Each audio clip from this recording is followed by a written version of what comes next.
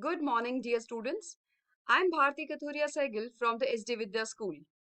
Today, we are going to start chapter number 19, Excretory Products and their Elimination. From this chapter, today, we are going to discuss about the process of excretion, the excretory systems in different animals, and also about the different types of excretory products. So let's start. First of all, we must understand what is excretion and what is homeostasis.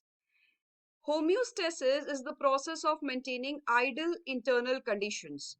So body एक तरह से क्या कर रही है, अपने लिए ideal conditions maintain कर रही है. जैसे हमारी बॉडी को जिस तरह का एनवायरनमेंट चाहिए, जैसे आपको पता है करेक्ट टेम्परेचर चाहिए, राइट अमाउंट ऑफ वाटर चाहिए वर्किंग के लिए, और इसी तरह से बाकी के जितने भी सॉल्यूट्स हैं, जो भी चीजें हैं, उनका एक प्रॉपर बैलेंस चाहिए बॉडी में. सो उस बैलेंस को मेंटेन करने का जो प्रोसेस है, that is called as homeostasis. तो होम्योस्टेसिस को मेंटेन करने के लिए एक कांस्टेंट बॉडी एनवायरनमेंट जिसे हम कह सकते हैं, कांस्टेंट बॉडी एनवायरनमेंट को मेंटेन करने के लिए इट इज वेरी इंपॉर्टेंट कि जो भी वेस्ट बन रहे हैं वो सब रिमूव होते रहे बॉडी में से. तो बॉडी में से जो वेस्ट का रिमूवल है वो किन प्रोसेस से होता है? एक तो हो रहा है हमारा एक्सक्रीशन के थ्रू. एक्सक्रीशन का मतलब क्या है? जितना भी आपका बॉडी वेस्ट है वो बॉडी में से रिमूव हो रहा है. तो बॉडी वेस्ट जो रिमूव हो रहा है that can be either in the form of carbon dioxide gas, जिसे हमारी बॉडी को जरूरत नहीं है, it is formed during respiration, और आपको पता है it is excretory waste and it is then removed out. Exhalation के थ्रू हम उसे बाहर रिमूव कर देते हैं. सिमिलरली वाटर के बैलेंस को मेंटेन करना बहुत जरूरी है. इसी तरह से हमारी बॉडी में से नाइट्रोजिनस वेस्ट को भी रिमूव करना बहुत जरूरी है. So all these processes through which these waste harmful substances are thrown out of the body is known as excretion. So secretion में से जो आपके हॉर्मोन्स बॉडी में से निकल रहे हैं, यूजफुल सब्सटेंसेस का सिक्रीशन या फिर इजेशन, ये एक्सक्रीशन में काउंट नहीं होते हैं. इजेशन डिफिकेशन एक्सक्रीशन नहीं है बल्कि वो इजेशन है. ऐसे ही जो हॉर्मोन्स का सिक्रेशन हो रहा है हमारी बॉडी में वो भी एक्सक्रीशन नहीं है, क्योंकि वो हमारी बॉडी के लिए यूजफुल सब्सटेंस है और हमारी बॉडी क्योंकि उसे चाहिए इसलिए वो रिलीज कर रही है. Now next is removal of the waste products. जो वेस्ट प्रोडक्ट्स हमारी बॉडी के लिए बहुत टॉक्सिक हो जाते हैं अगर हमारी बॉडी में एक्यूमुलेट होते रहे, तो इसीलिए हमारी बॉडी के लिए बहुत जरूरी है कि उन्हें रिमूव करता रहे. अब उनके टॉक्सिक वेस्ट के रिमूवल का बहुत जरूरत है, क्योंकि अगर ये वेस्ट हमारी बॉडी में से रिमूव नहीं होगा तो ये हमारे टिश्यूज को डैमेज कर देगा. और वाटर भी अगर बहुत ज्यादा हो जाएगा बॉडी के अंदर तब उससे भी कॉम्प्लिकेशंस हो जाएंगी. You are always told to drink plenty of water, but you can not have excess of water. There is always a balance which is required. So इस बैलेंस को मेंटेन करता है, वाटर एंड सॉल्ट के balance को maintain करना body में जरूरी है. I told you in the previous chapter also कि अगर आपका प्रॉपर एनवायरनमेंट मेंटेन नहीं हो रहा है तो एंजाइम्स जो है वो नॉन फंक्शनल हो जाते हैं. अगर पीएच के अंदर वेरिएशन आ रही है, अगर नाइट्रोजनस वेस्ट आपकी बॉडी में एक्यूमुलेट होता रहेगा तो उससे आपके एंजाइम्स भी नॉन फंक्शनल हो जाएंगे. वेस्ट प्रोडक्ट्स को रिमूव करना बहुत जरूरी है. और ये वेस्ट प्रोडक्ट्स रिमूव कैसे हो रहे हैं? Because from the blood stream they are carried to the excretory organs and through these excretory organs they are removed out of the body. Now, let's talk about the different types of excretory organs in different animals. Now, in protozoans, in the single-celled animals that we called generally, that is protozoans, now they are included under protista. Now, they excrete or they removed their waste through their plasma liver. In porifera, that is sponges and coelentrates, they remove their waste through their general body surface. The platyhelminthes like Taenia and Physiola, they remove through specialized cells called as flame cells. Similarly, annelids like earthworm remove their waste through nephridia. Arthropods like cockroach remove their waste through Malpighian tubules. Spiders remove their waste through coxal glands. And almost all vertebrates, including all mammals, have kidneys for removal of the waste. Crustaceans like prawns remove their waste products through antennae or green glands. Now, the most important excretory waste is the nitrogenous waste. Now, this nitrogenous waste, which contains the amine group, is excreted in three different forms in the vertebrates: in the form of ammonia, in the form of urea, or in the form of uric acid. Understanding this is very simple. Simple बस इतना समझना है आपको कि सबसे ज्यादा जो harmful है वो है इनमें से अमोनिया, लेकिन सबसे ज्यादा वाटर सॉल्यूबल भी अमोनिया है। सो वो एनिमल्स जो कि वाटर में रहते हैं जैसे कि fish, they can remove it directly through the gills और the body surface from their body as ammonia. So जिनमें वाटर की अवेलेबिलिटी बहुत अच्छे से है, जिनके पास बहुत सारा पानी अवेलेबल है, they can release the waste directly in the form of ammonia. ऐसे ही जिनके पास पानी की कमी है, वी आर लैंड एनिमल्स। अब जो लैंड एनिमल्स हैं ज्यादातर, जैसे कि हमारे इवन मैमल्स, एम्फीबियंस, शार्क और कुछ बोनी फिश, तो इनमें ज्यादातर मैमल्स और एम्फीबियंस की अगर हम बात करें तो क्योंकि लैंड एनिमल्स है और बहुत ज्यादा अवेलेबिलिटी नहीं है वाटर की, सो वाटर को कंजर्व करने के लिए they are removing waste through urea. ऐसे ही नेक्स्ट आ जाता है हमारे पास उन एनिमल्स में जिनमें हम कह सकते हैं वाटर की सबसे ज्यादा कमी है। सो सबसे ज्यादा कमी जिनमें है वो रिमूव करते हैं in the form of uric acid pellets की फॉर्म में। तो बर्ड्स, इसी तरह से रेप्टाइल्स, इंसेक्ट, स्नेल्स, ये रिमूव कर रहे हैं यूरिक एसिड की फॉर्म में। अब ये जरूर याद रखिएगा आप लोग that out of these ammonia is the most harmful nitrogenous waste, while the least harmful nitrogenous waste is uric acid. Now, we take up raw material in the form of food and oxygen. We utilize it in different processes, in our metabolic life processes. And then there are production of useless material as well as the useful material.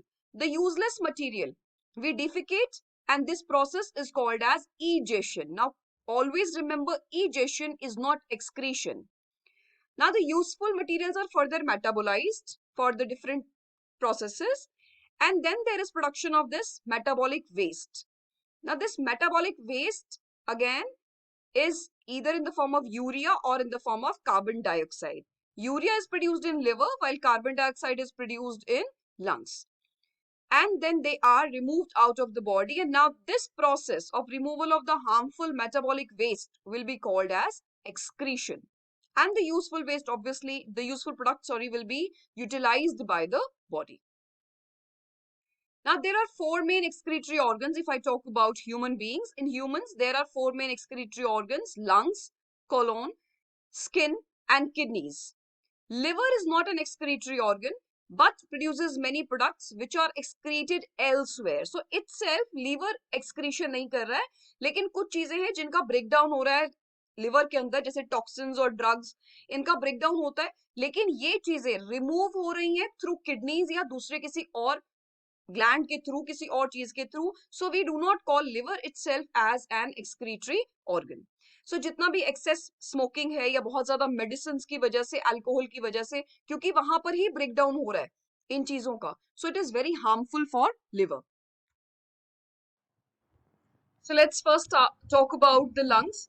Now, lungs, as we just talked, that lungs are the organs through which we are removing the gaseous waste. So जो carbon dioxide बनता है respiration के process में, वो diffuse करता है. देखिए यहाँ पे diffuses across the respiratory membrane. So alveoli के अंदर आपको पता है एक्सचेंज होता है और फिर हम उसे एक्सहेल कर देते हैं. इस प्रोसेस में कुछ अमाउंट हीट और वाटर का भी एक्सक्रीट आउट हो जाता है. इसके अलावा बात करते हैं तो कोलॉन में से जो एक्सक्रीटरी वेस्ट है, वो जैसे जो हीमोग्लोबिन है, जब उसका ब्रेकडाउन होता है तो बाइल पिगमेंट्स बनते हैं, कोलेस्ट्रॉल का जो सिंथेसिस होता है लिवर में. तो ये चीजें, जैसे हमने बताया था कि liver itself is not an excretory organ, तो वो अपने प्रोडक्ट्स जो है एक्सक्रीशन के, वो यहाँ पर डाल रहा है, बाइल पिगमेंट्स जो है डाल रहा है साथ में, और साथ ही साथ कोलेस्ट्रॉल को यहाँ से रिमूव करा रहा है, तो वो कोलोन के थ्रू रिमूव हो जाते हैं. इसके अलावा हमारी बॉडी में से कुछ म्यूकस और बैक्टीरिया भी रिलीज होते हैं through colon. Next is skin. Skin, आपको पता है कि आपको स्वेट ग्लैंड्स है हमारे स्किन के अंदर, जो पसीना आता है, इवन यूरिया भी रिलीज होता है. आपको पता है कि पसीने में से स्मेल आती है, तो वो स्मेल भी क्यों आ रही है? That's because it contains urea. कुछ सॉल्ट्स है, कुछ यूरिया है, जिनकी वजह से आपकी जो पसीना है, स्वेट है, उसमें से स्मेल आती है. That's why it is comparatively stinky होता है. और इस तरीके से स्वेटिंग जब करते हैं तो हमारी बॉडी में से कुछ हीट का भी लॉस होता है, जिसकी वजह से बॉडी का टेम्परेचर जो है वो कम हो जाता है. तो स्वेटिंग भी एक्चुअली हमारी बॉडी का एक मैकेनिज्म है to maintain the normal body temperature. Next हम बात करते हैं किडनीज के बारे में. तो सबसे इंपॉर्टेंट, अगर हम एक्सक्रीटरी ऑर्गन्स की बात करें, तो अगर आपके पास कहीं भी एक मेंशन आता है कि एक्सप्लेन द एक्सक्रीटरी सिस्टम, तो एक्चुअली हम एक्सप्लेन करते हैं the system with kidneys. Although lungs, as we talked, lungs भी कुछ पार्ट प्ले करते हैं, कोलोन पार्ट प्ले करता है एक्सक्रीशन के अंदर, स्किन पार्ट प्ले करती है एक्सक्रीशन के अंदर, but the most important yes is the kidney, सबसे इंपॉर्टेंट है इनमें से किडनीज। तो जब भी अमीनो एसिड्स और न्यूक्लिक एसिड्स ब्रेक डाउन होते हैं, जो नाइट्रोजनस वेस्ट बनता है वो जनरली बनता है अमोनिया, यूरिया, यूरिक एसिड और क्रेटिनिन के फॉर्म के अंदर। जो अमोनिया है वो टॉक्सिक होता है, जैसे हमने बताया था कि बहुत ज्यादा टॉक्सिक है, तो उसको हमारी बॉडी में कन्वर्ट कर दिया जाता है into the lesser toxic form as urea में कन्वर्ट कर दिया जाता है। ये होता है प्रोसेस लिवर के अंदर। तो यूरिया जो है, जो कि मेन नाइट्रोजनस वेस्ट कंपाउंड है हमारी बॉडी का, तो इसको रिमूव कर दिया जाता है by the breakdown of excess amino acid से बन रहा है डीएमिनेशन के प्रोसेस से। और इसी तरह से जो यूरिक एसिड है वो बनता है न्यूक्लिक एसिड मेटाबॉलिज्म से। क्रिएटिनिन का फॉर्मेशन होता है क्रिएटिनिन फॉस्फेट्स, जो कि मसल सेल्स में बनते हैं उनसे। और कुछ नाइट्रोजनस, जो नॉन नाइट्रोजनस वेस्ट है, जैसे कार्बन डाइऑक्साइड और water, ions, hormones, poisons and drugs, इनका भी वेस्ट जो है रिमूव हो जाता है थ्रू द किडनीज। इसके बाद आता है हमारा urinary system, which I told you kidney से जो कंप्राइज करता है system, that is called as the urinary system, जिसके थ्रू हम लोग बॉडी में से यूरिन के थ्रू अपना वेस्ट बॉडी का निकाल रहे हैं, जिसमें कि सॉल्ट्स हैं, वाटर है, यूरिया है। सो मेनली ये जो यूरिनरी सिस्टम है ये सबसे इंपॉर्टेंट सिस्टम है जिससे कि हमारी बॉडी में से वेस्ट का रिमूवल हो रहा है। सो मेन फंक्शन देखिए, main function of urinary system is to maintain homeostasis. हमने स्टार्टिंग में ही बात किया था, होमियोस्टेसिस मींस एक कांस्टेंट बॉडी एनवायरनमेंट को मेंटेन करने के लिए यूरिनरी सिस्टम बहुत हेल्प कर रहा है, क्योंकि ये बॉडी में से फिल्टर कर रहा है। देखिए दो काम कर रहा है यहाँ पर, ये बहुत इंपॉर्टेंट है। What are the two functions performed by the urinary system और by the kidneys? It is filtering, एक तो ये ब्लड में से वेस्ट को फिल्टर कर रहा है, और दूसरी बात क्या कर रहा है, ये रीअब्जॉर्प्शन कर रहा है। तो अगर बॉडी में किसी चीज की कमी है, अगर पानी कम है या आपकी बॉडी में सॉल्ट बैलेंस नहीं है, सो उन चीजों को दोबारा से रीअब्जॉर्ब करने का काम भी यूरिनरी सिस्टम करता है, किडनीज करती हैं। तो यूरिनरी सिस्टम के तीन मेन पार्ट्स हैं, अ पेयर ऑफ किडनीज, आपकी दो किडनीज हैं, एक ही ब्लैडर है और एक यूरेथ्रा है। अब यहां पर I want to clear one point कि यूरेथ्रा और जो ब्लैडर है ये एक एक ही होते हैं, जबकि किडनीज और यूरेटर्स, यूरेटर्स जो कि पाइप अराइज हो रहे हैं किडनीज में से, ये पेयर्स में होते हैं। और दोनों जो ये पेयर्स हैं ये फाइनली ओपन होते हैं ब्लैडर में, और ब्लैडर ओपन होता है into the urethra. Urinary systems में जो किडनीज हैं वो किस चीज में हेल्प कर रही है, एक्सक्रीशन के अंदर हेल्प करती हैं, और साथ ही साथ मैंने आपको बताया वाटर और सॉल्ट के बैलेंस को मेंटेन करती हैं। इन दोनों में डिफरेंस क्या आ जाता है, जो राइट किडनी है ये कंपैरेटिवली थोड़ा सा लोअर है as compare to the left kidney के कंपैरिजन में, थोड़ा सा पुश डाउन, लीवर की वजह से वो थोड़ी सी नीचे की तरफ पुश डाउन होती है। एंड देन हर किडनी के अंदर एक एक रीनल आर्टरी है जो कि वहां तक ब्लड लेकर आ रही है, और एक रीनल वेन वहां से निकलती है जो कि वहां से ब्लड सप्लाई को लेकर जाएगी। सो ऑलवेज रिमेंबर, जो लेकर आ रही है आर्टरी तक, वो जो लेकर आ रही है किडनी तक वो है रीनल आर्टरी, और जो लेकर जा रही है वो है renal vein. Now that's the difference that you study, कि जो हार्ट तक लेकर आ रही है वो वेन है, और बाकी ऑर्गन्स तक जो लेकर जाएगी वो क्या होगी, artery. So that's a main important difference here between renal artery and renal vein. Now next is ureter. Ureter जो है वो यूरिन कैरी करता है from the kidney to the blood. तो जितना भी यूरिन का फॉर्मेशन होता है, जो अभी हमने पढ़ा, नाइट्रोजनस वेस्ट, वाटर, यूरिया, ये सारा का सारा फाइनली किडनीज में से एक्सक्रीट होकर जितना भी वेस्ट है, फिल्ट्रेट जो ये बनता है यूरिन के फॉर्म के अंदर, स्टोर हो जाता है into the bladder, and then जब ब्लैडर फिल हो जाता है then it is removed out in the form of urine. So that's all for today. God bless you all. Thank you.